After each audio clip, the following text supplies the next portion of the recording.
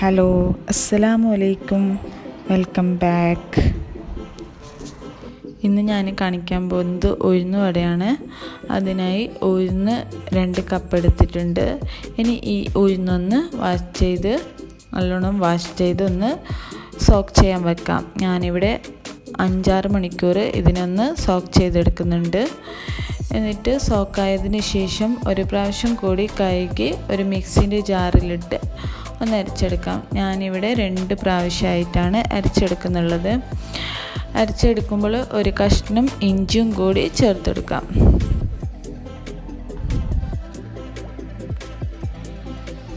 ഇതുപോലെ ചെയ്തെടുക്കാം.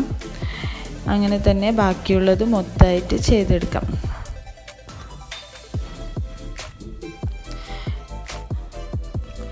ഞാനിവിടെ അരച്ചെടുത്തിട്ടുള്ളത് ഒട്ടും വെള്ളം ചേർത്ത് കൊടുക്കേണ്ട ആവശ്യമില്ല. ഇങ്ങനെ അരച്ചെടുക്കാം. ഇനി ഇതിലേക്ക് ആവശ്യമുണ്ടെങ്കിൽ ഇതിലേക്ക് കുറച്ച് അരിപ്പൊടി കൂടി ചേർത്ത് കൊടുക്കാം. ഞാനിവിടെ ചേർത്ത് കൊടുക്കുന്നില്ല, ബാക്കിയുള്ള ഇൻഗ്രീഡിയൻസ് ചേർത്ത് കൊടുക്കുന്നുണ്ട്. ഉപ്പ്, ഒരു മീഡിയം സൈസ് ഉള്ളി, ഒരു പച്ചമുളക്, കുറച്ച് കറിവേപ്പില, പിന്നെ മുഴുവനായിട്ടുള്ള കുരുമുളകും അതും കൂടി മിക്സ് ചെയ്തെടുക്കാം. എന്നിട്ട് എണ്ണ ചൂടാവാൻ വെച്ചിട്ടുണ്ട്. ആ സമയം കൊണ്ട് ഒരു പാത്രത്തിൽ വെള്ളം എടുക്കാം. എന്നിട്ട് കൈ നനച്ച് കൊടുത്ത് ഒരു ബോൾസാക്കി ഇതുപോലെ പരത്തിയെടുക്കാം. എന്നിട്ട് മിഡിൽ ഒരു ഹോൾസും കൂടിയാക്കി ചൂടായ എണ്ണയിൽ ഫ്രൈ ചെയ്തെടുക്കാം. ഫ്രൈ ചെയ്യുമ്പോൾ നമ്മൾ ആദ്യം നല്ലോണം ചൂടാവാൻ വേണ്ടി ഹൈ ഫ്ലെയിമിൽ ഇടാം. പിന്നെ ഒന്ന് ലോ ഫ്ലെയിമിലാക്കി നല്ലോണം കളർ മാറുന്നവരെ ഫ്രൈ ചെയ്തെടുക്കാം.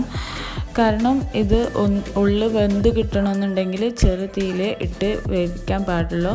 അപ്പോൾ ഇങ്ങനെ ചെയ്തെടുക്കാം നമുക്ക്. അപ്പോൾ നല്ല ക്രിസ്പി ആയിട്ട് ഉള്ളു നല്ല സോഫ്റ്റ് ആയിട്ടുള്ള വട കിട്ടിയിട്ടുണ്ട്. ഇത് നമുക്ക് ചമ്മന്തിയും കൂട്ടി അടിക്കാം. അപ്പോൾ അടിപൊളിയായിട്ടുള്ള വട തയ്യാറായിട്ടുണ്ട്. അപ്പോൾ എല്ലാവരും ഒന്ന് ട്രൈ ചെയ്ത് നോക്കാം. അപ്പോൾ ഇൻഷാ അല്ലാഹ് അടുത്തൊരു വീഡിയോയിൽ കാണാം. അതുവരേക്കും അസ്സലാമു അലൈക്കും.